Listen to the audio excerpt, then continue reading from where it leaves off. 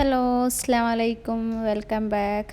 അപ്പോൾ ഇന്നൊരു വീഡിയോ ആയിട്ട് വന്നിട്ടുള്ളത് ഒരു വുഡൻ പീസിൽ എങ്ങനെ അടിപൊളിയായിട്ട് കാലിഗ്രഫി ചെയ്യാം, ഒരു ബിഗിനേഴ്സിന് പോലും സിമ്പിളായിട്ട് ചെയ്യാൻ പറ്റുന്ന ഒരു ട്രിക്കുമായിട്ടാണ് ഇന്നത്തെ ഒരു വീഡിയോ. അപ്പോൾ നിങ്ങൾ വീഡിയോ ഫുള്ളായിട്ട് കാണുക. വീഡിയോ ഇഷ്ടമായി ലൈക്ക് ചെയ്യുക, അതുപോലെ തന്നെ സബ്സ്ക്രൈബ് ചെയ്യാണ്ട് നിങ്ങൾ എൻ്റെ ചാനൽ കാണുന്നുണ്ടെങ്കിൽ സബ്സ്ക്രൈബും കൂടി ചെയ്യുക. അപ്പോൾ വീഡിയോയിലേക്ക് കിടക്കാം. ഒരു വുഡല്ല ഹാങ് ചെയ്യുന്ന ടൈപ്പാണ് എടുത്തിട്ടുള്ളത്. പിന്നെ നമുക്കതിൽ എഴുതാൻ വേണ്ടിയിട്ട് മാഷാ അല്ലാഹ് ഞാൻ പ്രിൻ്റ് എടുത്തിട്ടുണ്ട്. അപ്പോൾ അതും പിന്നെ ഒരു മാർക്കറാണ് എടുത്തിട്ടുള്ളത്. അടുത്തത് ഒരു പെന്ന് വേണം. പെന്ന് തന്നെ വേണമെന്നില്ല, നമുക്കത് ഇങ്ക് വരാത്ത ഒരു പെന്നായാലും മതി.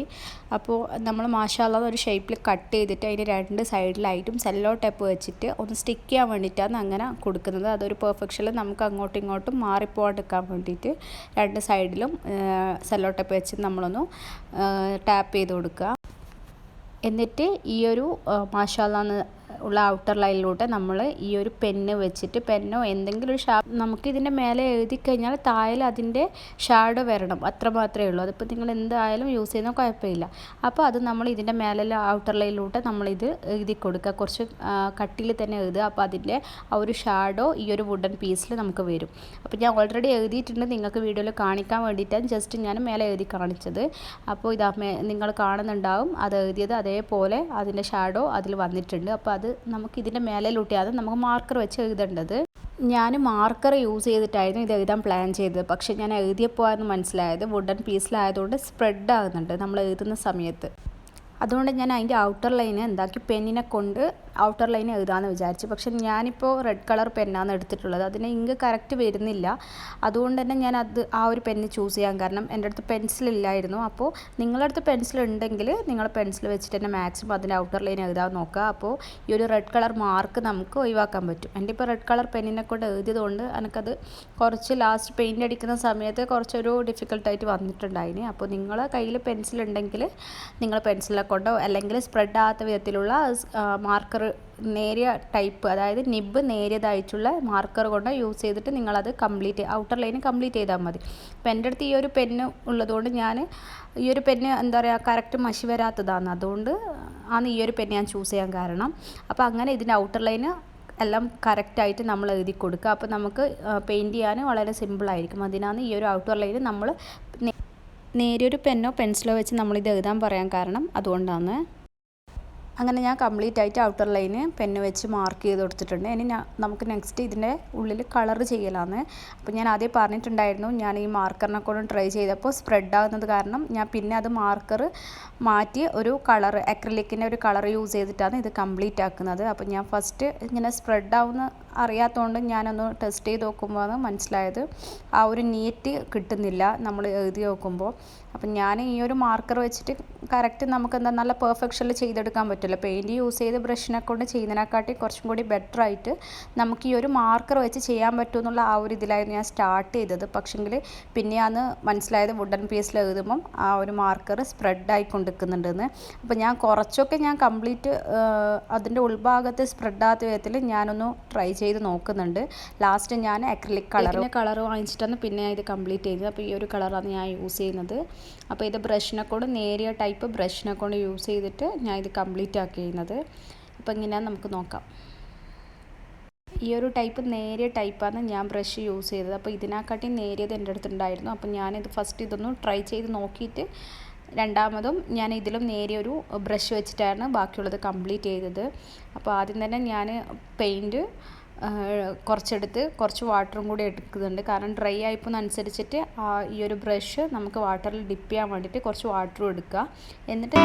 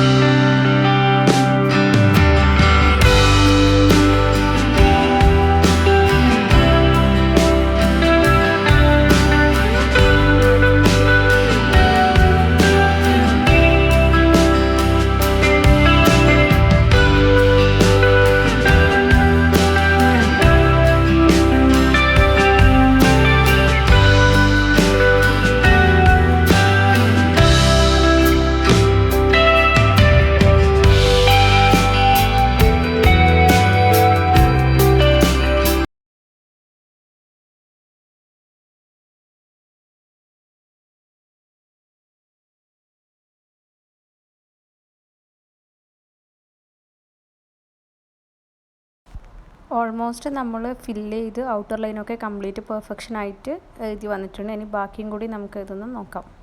മെയിനായിട്ട് നിങ്ങളൊരു കാര്യം ശ്രദ്ധിച്ചാൽ മതി, നിങ്ങൾ യൂസ് ചെയ്യുന്ന ബ്രഷ് നല്ല നേരി നിബുള്ളതായാൽ മതി. അപ്പോൾ നല്ല പെർഫെക്ഷനിൽ നമുക്ക് ഔട്ടർ ലൈന് കൊടുക്കാൻ പറ്റും. അപ്പോൾ അതിൻ്റെ ബാക്കി നമുക്ക് അതിൻ്റെ ഉള്ളിൽ വരുന്ന നമുക്ക് ബ്രഷ് വെച്ചിട്ട് നമുക്ക് പെർഫെക്ഷനായിട്ട് കളർ ചെയ്തെടുക്കാം, ഫില്ല് ചെയ്തെടുക്കാം. പക്ഷേ അതിൻ്റെ ഔട്ടർ ലൈനാണ് മാക്സിമം നമുക്ക് പെർഫെക്ഷനായിട്ട് വരേണ്ടത്. അപ്പോൾ അത് നിങ്ങൾ നല്ലോണം ഇപ്പോൾ ഇത്രയും ടാസ്ക്കായിട്ട് വരാൻ കാരണം ആ റെഡ് കളറ് പെന്ന് യൂസ് ചെയ്തതുകൊണ്ടാണ്. കാരണം ആ ഒരു ഇത് എനിക്ക് ഹൈഡ് ചെയ്തിട്ട് വേണം ഇത് പെർഫെക്ഷനായിട്ട് അതിൻ്റെ ഔട്ടർ ലൈന് കൊടുക്കാൻ. അപ്പോൾ അതാണ് ഞാൻ നിങ്ങളോട് ആദ്യം പറഞ്ഞത്, നിങ്ങളെ യൂസ് ചെയ്യുന്ന സമയത്ത് മാക്സിമം പെൻസിൽ യൂസ് ചെയ്തിട്ട് തന്നെ ഔട്ടർ ലൈന് കൊടുക്കാൻ നോക്കുക. അല്ലാന്നുണ്ടെങ്കിൽ ഇതേപോലെ പണി കിട്ടും. അപ്പോൾ റെഡ് കളർ ആയതുകൊണ്ട് എനിക്കത് എന്തായാലും ഹൈഡ് ആക്കുന്ന വിധത്തിൽ ആ ഒരു പെർഫെക്ഷന് കിട്ടണമെങ്കിൽ എനിക്കത് ഹൈഡ് ചെയ്തിട്ട് കളർ ചെയ്തേ പറ്റുള്ളൂ. അപ്പോൾ അതാണ് എനിക്ക് കൂടുതൽ ടൈം എടുക്കേണ്ടി വന്ന ഈ ഒരു വർക്കിൽ. അപ്പോൾ നിങ്ങളത് മാക്സിമം ശ്രദ്ധിച്ചാൽ മതി. പിന്നെ നിങ്ങളൊന്ന് കാര്യം ശ്രദ്ധിക്കേണ്ടത്, ഇടയ്ക്ക് വാട്ടറിലും കൂടി നിങ്ങൾ ബ്രഷ് ഡിപ്പ് ചെയ്തിട്ട് അക്രിലിക് പെയിൻറ്റിലും കൂടി കോട്ട് ചെയ്തിട്ട് അങ്ങനെ അടിക്കാം. അതാകുമ്പോൾ നമുക്ക് നല്ല പെർഫെക്ഷനിൽ ഡ്രൈ ആകാണ്ട് പെയിൻറ്റ് നമുക്ക് യൂസ് ചെയ്യാൻ കഴിയും. ഒന്നാമത് നമ്മൾ വുഡൻ പീസ് ആയതുകൊണ്ടാണ് കുറച്ച് കാര്യങ്ങൾ എന്താ പറയുക ശ്രദ്ധിക്കണമെന്ന് പറയാൻ കാരണം. അപ്പോൾ നിങ്ങൾ ഡ്രൈ ആയിപ്പോവും, കാരണം ഈ അക്രിലിക് പെയിൻ്റ് ആയതുകൊണ്ട് കുറച്ച് പെട്ടെന്ന് ഡ്രൈ ആകുന്നുണ്ട്. അതുകൊണ്ട് നിങ്ങൾ ഇടയ്ക്ക് വാട്ടറിലും കൂടി ഡിപ്പ് ചെയ്തിട്ട് പെയിൻറ്റ് ചെയ്യാൻ നോക്കുക. അതുപോലെ പിന്നെ ഒരു കാര്യം, സൈഡിൽ എനിക്കിങ്ങനെ ഇമോജി കൊടുക്കേണ്ടി വരുന്നത് എൻ്റെ ഫേസ് കാണുന്നുണ്ടാണ്. അപ്പോൾ എൻ്റെ ട്രൈപോഡ് ശരിയില്ല, അതുകൊണ്ടാണ് കുറേ ഭാഗങ്ങൾ നിങ്ങൾക്ക് എൻ്റെ കൈ മറിഞ്ഞിട്ട് വിസിബിൾ ആകാത്തത്. ഇൻഷാല്ലാ നെക്സ്റ്റ് വീഡിയോയിൽ നല്ല രീതിയിൽ മാക്സിമം ട്രൈ ചെയ്ത് ഞാൻ വീഡിയോ എടുക്കുന്നതാണ്. അപ്പോൾ ട്രൈപോഡിന് ചെറിയ ഇഷ്യൂസ് ഉള്ളതുകൊണ്ടാണ് എനിക്ക് സൈഡിലൊക്കെ ഓരോ ഇമോജി വെച്ച് എനിക്ക് ഹൈഡ് ചെയ്യേണ്ടി വരുന്നത്. അപ്പോൾ നിങ്ങൾക്ക് ഓരോ പോർഷൻസും എന്താ പറയുക കൈ മറിഞ്ഞിട്ട് വിസിബിൾ ആകാത്ത രീതിയിലായിട്ടുണ്ടെന്ന് വീഡിയോ ഇപ്പോൾ നോക്കുമ്പോൾ ആണ് എനിക്ക് മനസ്സിലായത്. അപ്പോൾ അത് നിങ്ങളൊന്ന് ക്ഷമിക്കുക.